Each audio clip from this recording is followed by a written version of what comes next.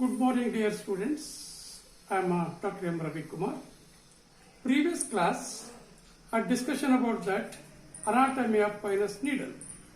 Today, I will tell you the reproduction of pinus. Pinus is reproduced by means of two ways. One is the asexual reproduction, another is the sexual reproductions. Asexual reproduction only takes place by the means of formation of spores or pollen grains. Later these pollen grains metamorphose into gametes. These gametes are involved in the sexual reproduction. But anyhow, pinus is a monoecious plant. That means male and female sex organs are arises on the same plant. But male cones are arises on one branches and female cones are arises on the other branches. Okay. Next, detailed information regarding the male cone. Male cone is arises on the few branches of pinus plant. It is occurs on the terminal or branches tip of the pinus plant. It is formed in the axil of scaly leaves of unlimited growth. Is nothing but the dwarf shoot. Okay. Next one is the male cones are always in the form of group or cluster. You have seen clearly in the diagrams. All the male indefinite number of male cones are arises on the axil of the scaly leaf of dwarf shoot, but aggregate form in the form of a cluster. You see, many more male cones are aggregate or group or cluster in the axil of the scaly leaves at apex of the branches and the stems. Okay. Each male cone now take a longitudinal sections. Longitudinal means each male cone having a LS sections. Listen here. Here the LS male cone consists of a strong axis run parallelly base to apex. This is called as axis. Lateral side of the axis, you have seen it. Lateral side of the axis spirally arranged or alternately spirally arranged a microsporophyll. Each microsporophyll having it is a microsporangium. One microsporangium to another microsporangium separated by the one sterile structure, elongated leaf-like sterile structure. Totally, microsporangium and sterile structure is called as microsporophyll. Yes. Each microsporangium is a consists of indefinite number of minute granule-like bodies. These are also called as pollen grains, are also called as microspores. But whereas in pinus, the microspores are somewhat peculiarity. Is nothing but a winged type of pollen grains. Peculiarity is nothing but winged type. What is the meaning of wing? The pollen grains having a known fact, exine and intine. Outer layer is called exine, inner layer is called intine. But lateral side of the pollen grains having a flattened wing-like outgrowth. These are also called wing. Totally, the pollen grains of pinus is a winged shape or winged type. This wing type of pollen grain is helpful for transmitted or the dispersal of pollen grain from place to place. But these are all arises on the microsporangia or microsporangium. You have seen the single microsporangia. At the apex of the microsporangia, having some sterile boat-shaped structure that is called as apophysis. Beneath the apophysis is somewhat sac-like structure, oval-like structure. These are also called as microsporangia. But inside the microsporangia or adaxial side of the microsporangia having indefinite number of pollen grain are also called as microspore. The particular type or peculiar type that is called as winged pollen grains. Sometimes ask the question, which type of pollen grain is present in the pinus? You are simply right. What do you write? Winged type of pollen grains. Or otherwise, name the plant or which plant having a winged type of pollen grains. Is a simple you have answered. What is pinus? So many times ask the 1 mark questions. Anyhow, these pollen grains are ready for pollinations. Ready for pollination and searching for, that is the female cone. Yes, the female cone in the detail account like this. Next, follow. Yes, female cone of pinus is arises on the other branches except male cone arises. Other branches of the pinus plant. It is also arises or occur apex of the branches and the stem, axil of the scaly leaves on the dwarf shoot. The female cone complete maturity have taken 3 years, respectively called as first year cone, second year cone, third year cone.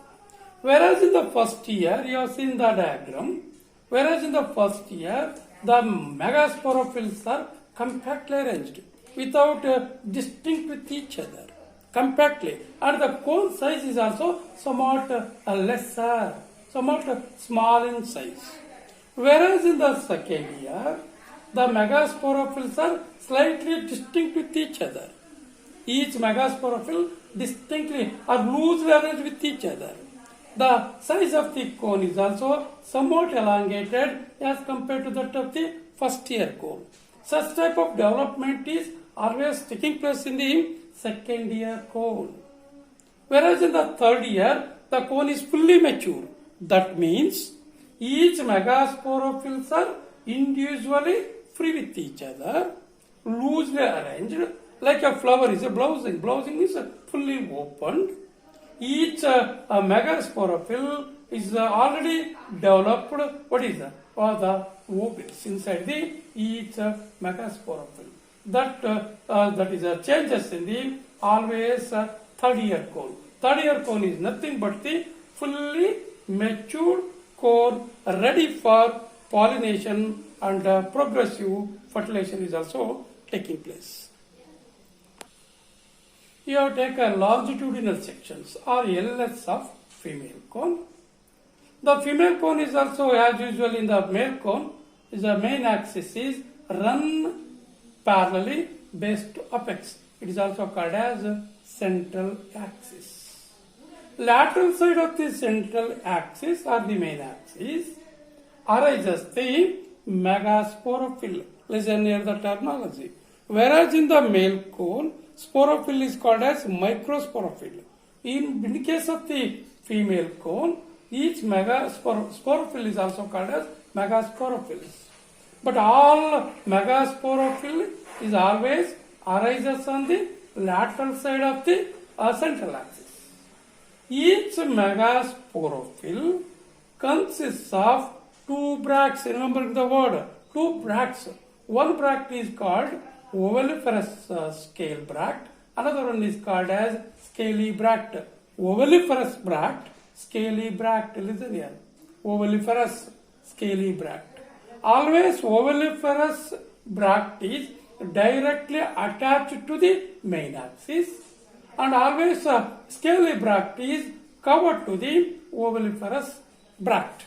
Name indicates that oviviparous bract is consists of a ovule, but all these that is the megasporophyll arranged one above on the lateral side of the or both side of the what is the main axis.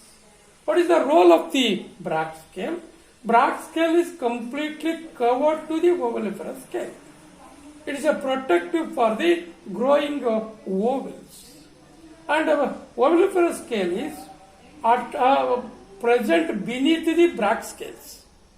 But ovuliferous scale at its base is a presence of female sex organ is nothing but ovule. Observe individual, that is a megasporophyll at its ovuliferous scale, ovuliferous scale at its base having a one ovule. Listen here, the ovule. Listen here, single that is a megasporophyll. This is a ovuliferous scale. This is the Bragg scale. This is the ovule. Always ovule is attached at the base of the what? Ovuliferous scale. But Bragg scale is covered to the ovuliferous scale. But ovuliferous scale is directly attached to the, listen here, directly attached to the, what is main axis. Such ovule is, you have taken transfer sections. Listen here. Such ovule is, you have taken transfer section. You have taken longitudinal section of a single pinus ovule. After take a LS section, you have seen the ovule. The ovule is encircled by or covered by integuments. Listen here, integument. Integument is generally called outer integument, middle integument, inner integument. Completely covered to the ovule of the pinus. At the apex of the ovule, integument is discontinuous. Listen here. Integument is discontinuous in the form of minute pore or opening. The opening or the pore is called as micropyle. This micropyle is helpful for entry of pollen grains. Pollen grains are already discharged in the male cone, travel from the air and are located on the tip of the, what is the ovule, and ovule having a micropyle. This micropyle is facilitated or enter to the pollen grain inside the ovule. Then the integuments are helpful for protection of the inner component of the ovule. Inner component is nothing but either archisporium or endosporium or nucellus, whatever the component present in the ovule. It is completely protected by the integument. Yes. Just beneath the micropyle, having some space or inner side of the integument, beneath the micropyle, having some space, the space is generally called as pollen chamber. This pollen chamber is helpful for accommodation of or lodging of pollen grains. Whenever is a favorable situation, these pollen grains are germinate into or germinate and produce into a pollen tube and having a male nucleus. Inner side of the integument having a bulk amount of the ovule is a presence of, listen here carefully, in the presence of what? What is the nucellus? Nucellus, just beneath this one is nucellus. And the posterior side of the nucellus is a presence of a female the gamete archegonium, female sex organ is nothing but the archegonium. Just beneath the archegonium, typical portion of the nucellus having a endosperm. This endosperm having a nutrient tissue, semi-fluid rich nutrient tissue, it is supplied to the growing archegonium. Growing archegonium. All these component is called as, what is the archegonium, endosperm, nucellus. This all the component is called as female gametophyte. Inside the archegonium is a presence of single haploid female nucleus, or it is also called as egg nucleus. Until the formation of a microspore and egg cell, the pinus cones are, what is plant body is the diploid in nature. After the formation of a spore, it is converted into haploid. And this archegonium, already told, having a egg cell, is ready for fertilization, waiting for what is a male nucleus from the pollen tube. Yes, after this entry of a male nucleus inside the what is a archegonium, contact with that of the egg cell and fusion will be taking place. Fusion result is nothing but the fusion process is nothing but fertilization. Fertilization out product is again formation of diploid zygote. When the zygote, diploid zygote is formed inside the ovule and ovule becomes seed. Ovule becomes seed. This seed is go for dormant period, is nothing but the resting period and waiting for suitable climatic condition, either it may be humidity, moisture and temperature. Available of all these climatic condition are favorable factor and seed becomes germinate, produced into two parts. One is called as plumule, another one is called as a radicle. Later this radical develop into root system, fix into the soil, and plumule is again develop into that is a shoot. Later after maturity, shoot becomes formation of a leaf. After adult stage, again branches is formed. Later means ultimate branches and the main stem produces the that is male and female cone. Such a way that this pinus plant is reproduction will be taking place. Next move on to life cycle of pinus. Dear student, end of the pinus is nothing but the life cycle. Life cycle is nothing but how to the pinus reproduce either means of asexually or by means of sexually. First reason here, this is the pinus plant. Is a diploid in nature. Diploid means 2n in nature. The pinus plant produces some branches male core, some other branches female core. Both are also diploid. Later each male cone is consists of indefinite number of microsporophyll. It is also called as stamen. Carefully observe. These are also diploid. Whereas in the female cone, having a megasporophyll, these are also called as carpel. These are also 2n in number, means diploid in number. Each microspore, already listen in the detailed account of male cone, each microsporophyll having a microsporangium. And each microsporangium consists of indefinite number of pollen sacs. Pollen sacs. These are also diploid in nature. Whereas in the megasporophyll, having a megasporangium, this is also diploid in nature. It is produced into megaspore mother cell, one step. Megaspore mother cell, it is also diploid in nature. Undergo the process like meiosis. Each microspore mother cell converted into microspore or pollen grain. Earlier microspore is a diploid. Microspore mother cell is a diploid. After meiosis, microspore mother cell is after meiosis converted into microspore is nothing but a pollen grain. It is a haploid in nature. Whereas in the megaspore mother cell is having a 2n, means a diploid. After meiosis is converted into megaspore. It is also haploid. Microspore is further metamorphosis into male gametophyte. Megaspore is also further metamorphosis into or development into female gametophyte. A male gametophyte ultimately formation of entheridial cell. These are also haploid.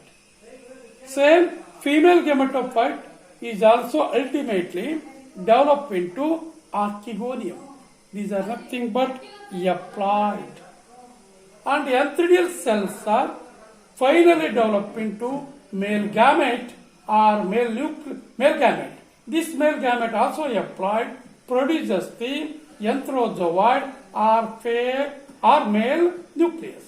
Same way, archegonium is already applied, again development into or formation into single haploid, what is that? Egg cell. Haploid egg cell, haploid enterozoid or the male nucleus. Fusion will be taking place. Syngamy is nothing but a syngamy. The process is called as fertilizations.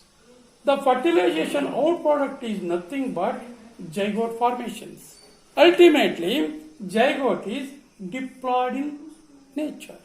And later zygote develop into oospore. Oospore ultimately formation of a seed. But until seed formation, all are diploid. After the germination of the seed, develop into that is a new pinus diploid naturic sporophytic plant. After reaching the adult stage of the pinus plant and begins to produce male and female growth, such a way that the life cycle is repeatedly taking place. Okay.